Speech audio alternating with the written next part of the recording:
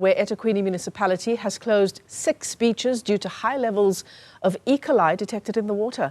Newzroom Afrika's Pila Duma joins us live from Laguna Beach. Pila, give us some history to the case of E.coli being detected on the beaches of KZN. Certainly not something new.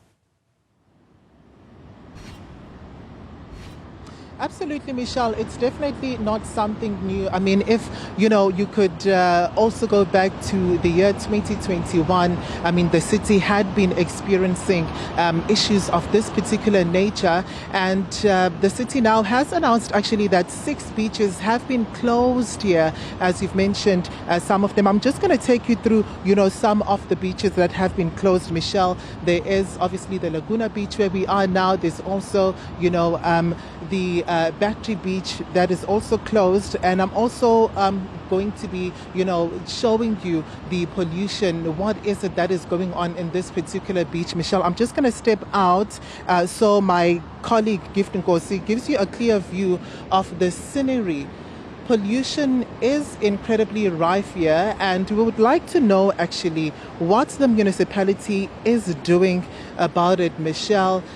This particular area is of course closed, and what we also know is that the Ensties part of the beach is closed. The Reunion Beach is also closed. So we would definitely going to be continuing tracking this particular story. The city did tell us that the reason why there is high contamination here is because of the inclement weather. We have seen KwaZulu-Natal experiencing heavy rain over the past few weeks, and the rest of KZN also experiencing, incredible snowfall. This is also calling for great concern when it comes to the tourism sector, because tourism gets to suffer the most, when it comes to this particular situation. Michelle, the city also did announce that it is anticipating to receive 1.3 million holiday makers for this festive season. I'm just going to bring in from WaterCAN, which is an organization that advocates for water safety. I'm going to bring in Jonathan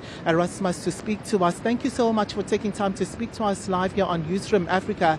I mean, the issue of contamination, water contamination here in the city beaches seems to be a never-ending issue. Yeah, thank you. I mean, this issue's been going on for at least 4 or 5 years now.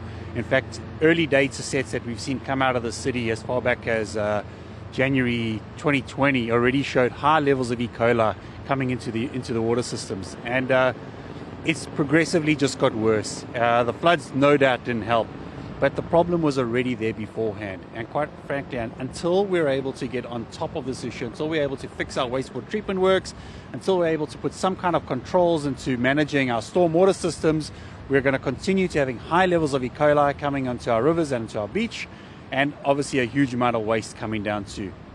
And also, I understand there is a trust deficit when it comes to, the public as well as the city when it comes to the results from the testing of these waters. How accurate are they? Do you have confidence? So the city does its own testing of the ocean and the rivers. I don't have any doubt in terms of what their scientific tests are doing. Obviously, there's discussions on whether their locations they are testing are correct. Sometimes they may be testing quite far from the problem. But the issue is that because of so many negative results coming out on our rivers and on our sea, it's creating this trust deficit with people saying, well, is my drinking water safe too? And how we've seen it is we are increasingly getting invited to present to community groups about one of the projects that we have is we provide citizen science test kits. And we have a lot of interest in that. People want to start testing their water because they want to know firsthand whether their water is polluted rather than waiting for the city to tell them. And that's a real issue. I mean, obviously we advocate for people doing their own testing. We think it's important to have independent testing done continuously. However, we're also concerned that there's this trust deficit that is growing, and that needs serious work. And also, we've been speaking about the issue of pollution, off camera, and you were telling me how concerned you are about this. I'm wondering, I mean, the reputational damage that this could have, on the city at large, considering the fact that we are now approaching the end of the year. Yeah, absolutely. So the beach is really the end product of where all our waste ends up. So when you've got to use the wastewater treatment works, which manages the sewage, that's upstream. When they break, that sewage comes down the river and onto the beaches. The same is for the litter and the waste. Now, if litter and waste is finding its way into rivers, its end destination is here. So you've really got to get to the source of the problems and start either through a number of education programs and also probably a much more robust cleaning regime by the Durban Solid Waste Unit to really get on top of this issue further upstream, because this waste, you can pick it up today. If there's another high tide to come through, the waste will be back. And this is what our tourists see. This is what drives our economy. I know the Golden Mile is nicknamed that because it is a golden mile. It's where our economy comes from, where our tourists come from.